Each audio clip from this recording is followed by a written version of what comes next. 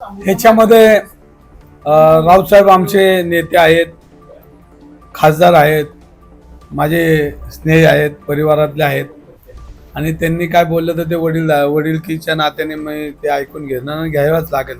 आणि त्यांनी माझ्याबरोबर बरेच वर्ष काम केलं. मी त्यांच्या नेतृत्वाखाली काम केले. मी 10 वर्ष शिवसेनेचा नगरसेवक म्हणून काम केलं आणि या सगळ्या गोष्टीचा एक परिवार म्हणून झाला. आणि माझ्या काही त्यांना वाटत चुकीचं तर त्यांनी बोलायचा तो अधिकार आहे, त्यांनी तो वापरला तर त्याबद्दल माझ्या मनात शंका नाही आणि माझ्या मनामध्ये रागवी नाही.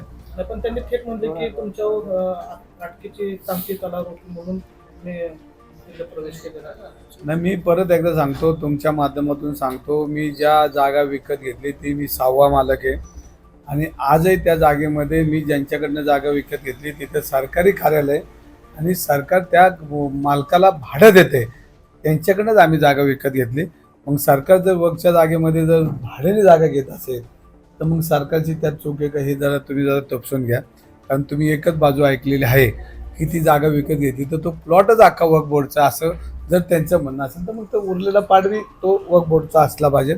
आणि ही जागा 1966 पासून ती जागे वक्फ नाही आणि त्याच्यामध्ये कोर्टाच्या परवानगीने ऑप्शन म्हणजे लिलाव करून ती जागा विकलेली. त्यानंतर ते 5वा मालक मी आहे आणि आम्ही रेरा रजिस्ट्रेशनने परवानगी घेतलेली. त्याच्यावर आम्हाला बँकेने, नॅशनल बँकेने लोन दिलेलं आहे आणि तिचं आमचं बांधकाम पूर्ण झालं. फक्त त्यात एक झालं की त्याच्यामध्ये रवी धंगेकर आल्यामुळं त्या जागेचा मुळं माझ्या पार्टनरला जो त्रास झाला तो साहजिक आहे. त्यांचे मनामध्ये, कारण त्यांचे माझ्याबरोबर भारतीय जनता पार्टीचे नगरसेवक आहेत, ते त्यात मालक आहेत, मनसेचे नगरसेवक आहेत, ते मालक आहेत, मी मालक आहे आणि याच्यामध्ये आम्ही 5-6 लोकांनी ती प्रॉपर्टी विकत घेतली आणि त्याचं रिसर बँक लोन बिनलोन सगळं झाले.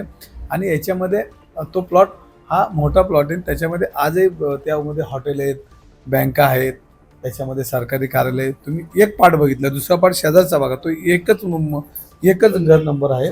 पण याच प्रकरणावरनं भाजपने तुमच्यावरती एक निशाणा साधला होता. मात्र याच प्रकरणावरती तुम्ही शिवसेनेत प्रवेश केलेला आहे. हे प्रकरण मिटवण्यासाठी तुमच्या कुटुंबियापर्यंत आलं होतं, अशी देखील टीका होऊ लागली. काय म्हणाल याच्यावर? मी परत एकदा म्हणतो की माझं चूक असेल तर माझ्यावर गुन्हा दाखल करा. मी तो गुन्हा दाखल करून घ्यायला माझी तयारी आहे. कारण मी पहिल्या दिवसापासून म्हणतो की मी चुकीचं काम केलंच नाही. संजय राऊत